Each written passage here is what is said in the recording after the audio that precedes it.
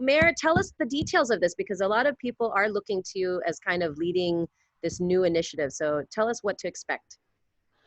Well, I think what I'd like to make clear is that, the state has always had a plan.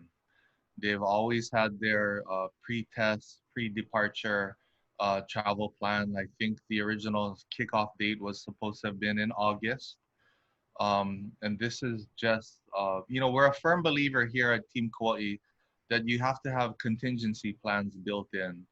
And so it was just understanding that this pandemic requires flexibility of all sorts, whether it's in your school system, in your work environment, the visitor industry. You cannot put all of your eggs in one basket. And so we were working just on island on a contingency plan based on what other countries have been doing as far as managing guests in one area. Our 14-day mandatory quarantine is very restrictive. It requires families to stay in a room for 14 days. I don't know how they can do that. From a law enforcement standpoint, it is extremely challenging. We have almost 1,900 individuals under 14-day quarantine, which our officers have to do checks on with the National Guard, with Kauai Visitors Bureau. And as that number continues to grow, it becomes challenging. And so, this is just a work in progress.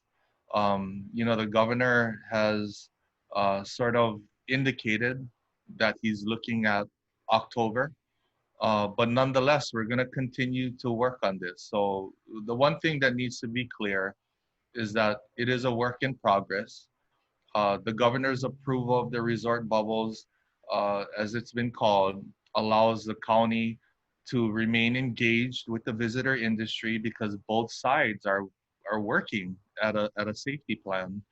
And what this does is just allows the assurance that, yeah, we should continue to work on it. And so that needs to be clear to the public. I think what the public is hearing is that come hell or high water, these resort bubbles are gonna be put in place, and you're gonna have guests just running around a resort property that couldn't be farther from the truth. All of the guidelines that we have to live by as far as physical distancing, and even more so on the resort, not intermingling with people that don't share the same household as you, wearing masks on property.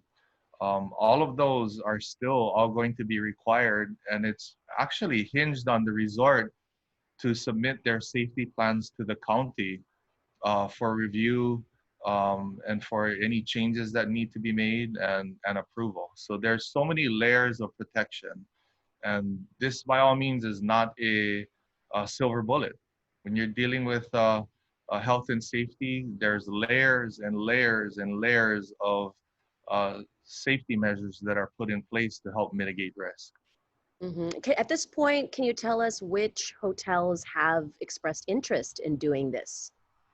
It's hard to pinpoint uh, specific names of hotels because the environment is changing. I can tell you that there's a number of interested resorts and hotels that have been pursuing this model.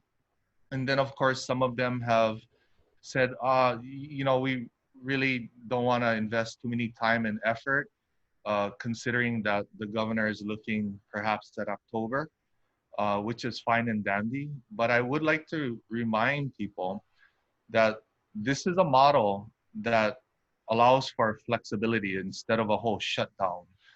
What we're trying to avoid at all costs is having another shutdown where you have to go back to essential and non-essential, much like what we all went through in the beginning of the pandemic and what Oahu is going through now.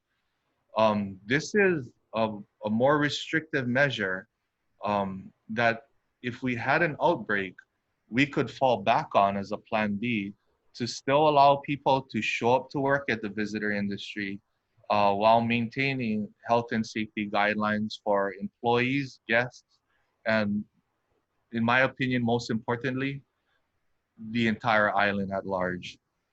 Hmm. And as you've seen, there has been a lot of backlash on similar concepts, I guess, but not exactly what you guys are doing there. Like the one on Maui, right, with Temptation Island, the crew itself trying to quarantine there, and then the one here with the education bubble on Oahu. There was a lot of backlash, and then that got scrapped as well. Are you worried about backlash to this type of concept? I know we're starting to see some criticism, but it's probably not the extent that we saw with those two No, situations. no.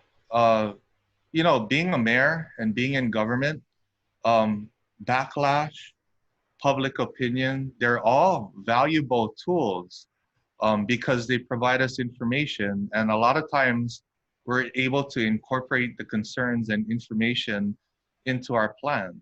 But I have to be, um, we have to be very realistic about the current situation. I think as far as Kauai has done, we have proven that we have prioritized health and safety, that everything that we do is measured. Everything we do, we take the best information that we can that's available to us, and also a lot of information that we don't have to be able to anticipate any sort of stumbling block, and we build it as we slowly march forward. So, we're dealing with a pandemic. We're dealing with a large amount of people that are unemployed. Some people are weathering the storm better than others, but in some cases, we have every member of a household that's unemployed.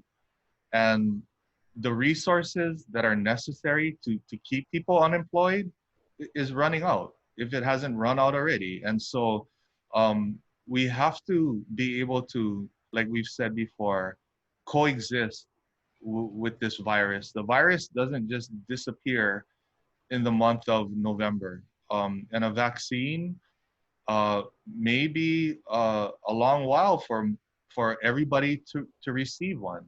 And there's so many unknowns that we have to do these plans. We have to take these calculated risks. And, you know, the right decision, whether it's in your household, running a business, or in this case, running an island and managing the day to day as well as a COVID response, the right decision is not usually popular. But we do take the concerns, we do take the essence of the backlash where it's valid and where it's based on fact to heart. And it has made us better and stronger. And we've woven it into our plans time and time again. So we take all of the input to heart. But um, as a leader, I cannot be dictated um, by popular opinion because, like I said, um, the popular decision is oftentimes not the right one. Yeah, we saw how you handled the situation with the cult. I mean, that was another type of situation where they wanted to quarantine in their own way on the island, but as you saw, there was just so many people against that. How can you prevent that type of, resentment, that we're seeing breeding? How do you prevent that with this concept? No, the cult was complying with their quarantine from our understanding. They hadn't broken any law. The problem was they are very aggressive in their messaging. And in this day and age with social media, they made it very public as to some of their practices and beliefs that culturally don't really fit in well. But everybody has a right to their own personal beliefs. So they hadn't broken any law, but it was clear that it was causing some unrest.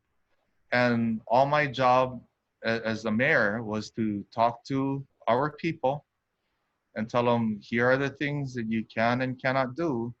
And then talk to the members of Love Has Won to tell them, look, you guys can stay if you want to.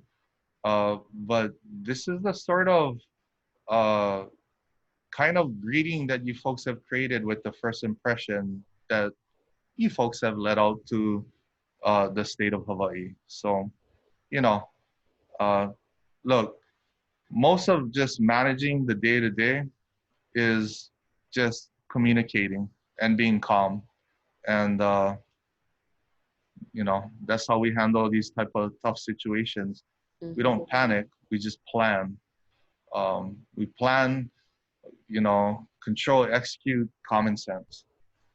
Okay, well, that's good. Because I think if anything, the concern, this sounds like a great idea economically, right? People I think are supportive of this. They're just worried I, about the quarantine. They worry that people will be people, right? They're going to find ways to sneak out. They're going to maybe cut the wristband and put it in the room. They're going to take a boat and sail it away from the resort. People will find ways to break the quarantine as we've seen, right? So Yeah. how do you ease those concerns from the people, for our Well, residents? I'm gonna say this that our success here on Kauai is in large part due to our Kauai Police Department that from the get-go said that we are prioritizing the health and safety of this island. Every emergency proclamation that the governor sends down, whatever rule that the mayor enacts is temporarily under this disaster, under the emergency declaration, the law of the land. And we're going to do our job and we're going to enforce these orders. And so what you saw in Kauai is a very strong enforcement presence to one, first educate, two, warn, and then three, if those things don't work, unfortunately, you're going to have to enforce and issue citations. Now, if you don't have that enforcement arm and you say no large gatherings and people are gathering and they see a police officer just kind of drive by, then it's human nature to say, oh, all of this is just lip service. So, Kauai's success is because we've had a strong commitment from our police department. We've had National Guard presence. We have community-minded community members and volunteers with Kauai Visitors Bureau and the members of the public at large. And just Kauai has been through adversity. So most of the people on Kauai just know what to do. They may not agree, they may not like it, it may be an inconvenience, but they understand that collectively, our strength is when we are unified. That in order to get through this, if I gotta wear a mask, I'm gonna wear one. I may not like it, it may suck, but in for the greater good of society, I will make a sacrifice. That is, for the most part, the mindset of Kauai people. Okay. So at this point, you're trying to work with the properties, right? I guess where do we go from here now that you have this rule? You're working with properties to vet their plans, and then there's approval process. Yeah, well, the main thing is they have to sort of rewrite their standard operating procedures. And like I said, government, our role is to meet them halfway. So we set our parameters. You have to have safety plans to ensure, first and foremost, the safety of your associates. So those people that are showing up to work need to be safe because they go home to families at the end of work. They need to ensure the safety and compliance of their guests. So, for us, we utilize technology. Now, technology is not a silver bullet, but primarily what we're looking for is a resort property's ability to have security to ensure that guests that voluntarily opt in, because this is voluntary, if you don't want to agree, you can sit in a room for 14 days. So that is an option that they be able to maintain their property and ensure that guests will stay on property. And then, of course, they have to ensure the safety of the entire island. And so where we're at today is a continued work in progress. Today, they're continuing to meet one-on-one with some of the interested parties that would like to proceed. Whether or not October happens at the state level, they understand the value of having a contingency plan. And for the most part, they're thankful that the County of Kauai has been working on a Plan B and has created a foundation for them to build upon. We're giving them guidance. Mm-hmm. Businesses want an opportunity to have some predictability as to what is expected. I mean, a lot of them will not move unless government gives them a clear path forward to say, look, this is the arrow, this is the compass, we're setting the direction, uh, follow this, and then help us build upon this foundation to something that is acceptable to us as far as managing health and safety and recovery of our economy as well. And Yeah. I gotta tell you, it's all calculated risk. A lot of people are upset or they may have some fear. But let me tell you, Kauai is lucky, right? We have zero confirmed cases, like confirmed, meaning they got a test. But we know the characteristics of this virus is you could be sick, and there's some people that will not get a test. Like they will just, kind of sit it out. That's human nature as well. Every time you go to a restaurant, you are taking a calculated risk because you're around people that don't live in the same household as you. Every time you go to the grocery store or go shopping, the individuals are taking a calculated risk. And so people need to understand that is why we have been urging everyone to wear masks, wash your hands, and just, keep some distance. You don't got to be up in each other's face to have I a have to conversation, I you have know? to ask you this, Merrick, because last time I was there, I stayed at an area, I can't remember, it was near Kaloa Landing on the south, is that correct? That area down there? Mhm. And there were a lot of reports of people that were not, that were breaking quarantine in this one particular hotel. So I won't name the hotel, but the neighbors knew it. People were talking about it, that people were just violating it, but no one was getting cited. So how are you going to hold the hotels responsible if they don't do their part? Because you're talking about all of these restrictions, trust, it's almost kind of like you're trusting the hotels to make these policies, but can we though? Yeah, we can. Because, like I said, this would be a use certificate. So, like anything else, it can be revoked. But for the most part, these hotels are going to invest. Like it's an investment. They need to operate. They need to get their associates back to work. So there's a vested interest in their ability to maintain within the guidelines we set and to comply. Like you would have to be totally um, out of your mind to not take this seriously. Because there's a lot at stake. As managers of huge businesses, that is the last industry to get restarted. So if they're going to restart and fumble right out of the gate, look, they cannot look to government and say, what, they got to look in the mirror. So they are taking this seriously.